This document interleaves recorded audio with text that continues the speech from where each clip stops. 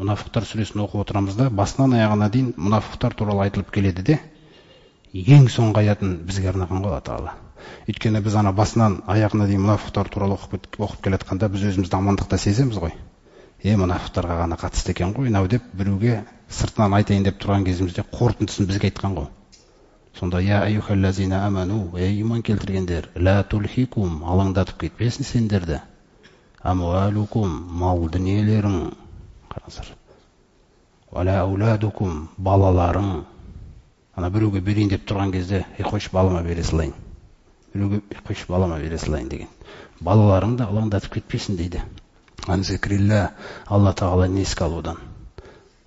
Ал егер алаңдатып кетсе Раббымыз, біз мұъминбіз ғой, бізбен не болады екен десе, мысалы, ва ма яфъал залика, кім сендерден, ей мұъминдер, осылай істейтін болса, кімді сендердің Алладан балаларыңыз, дүние малдарыңыз, мансаптарыңыз, дүниелеріңіз, басқа да шаруаларыңыз Алла Тағаладан алаңдататын болса, фа улайика хумул хасирун, онда тақырға отырдым дей беріңдер дейді бізге. Қараңыздар. Тақырға отырдым дей беріңдер. Кәдімгідей Алла Тағаланың тәрбиесін көрдіңіз ғой, қалай сөйлейді. Алла Тағала тәрбиелеп отыр. Хосирун болды. Зиян шектіріңдер дей беріңдер дейді. Табыс жоқ дей беріңдер дейді. Оның бірінші көрінісі дейді, зиянға ұшырағаныңның бірінші көрінісі өлім сәтінде болады дейді. Егер солай өліп кететін болсаң дейді да.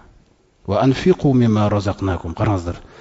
Жұмсаңдар анау біз берген ризықтан. Мұъминді ең бейқам қалатын нәрсе осы дүниеге деген махаббат екен өз негізі.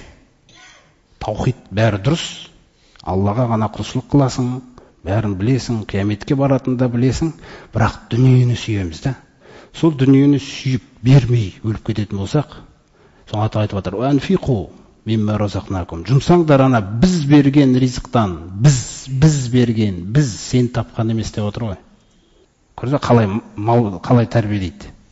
Раббым мен еңбек еттім ғой деп айтқызбайды Алла Тағала. Мен берген ризықтан жұмса дейді. Егер мен қуатты бермегенде қайтып табар едің, оны деп отыр ғой. Мен ақыл бермегенде қандай жоспар жасар едің сен дейді да. Мен сәттілік тудырмасам, қайдан өсер еді дейді ол саудаң сенің. Сондықтан мен берген ризықтан жұмсаңдар, мен қобли әйятия ахадакумул маут. Біреулеріңе өлім келмей тұрғанда дейді. Егер жұмсамай өлім келіп қалса, не болады онда Раббымыз? Онда ол айтады дейді. Робби, лаула аххартани иля ажалин қариб. Раббым, ғұмырымды сәл кешіктіре тұрмадың ба? Қараңыз. Осы нәрседен сақтасында баршамызды.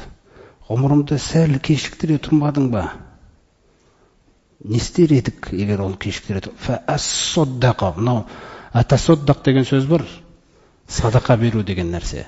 Ас-соддақа деген сөз енді өкіртіп, өмір бақи берер едім садақаны деп айтады екенбіз да біз өлім сәтінде.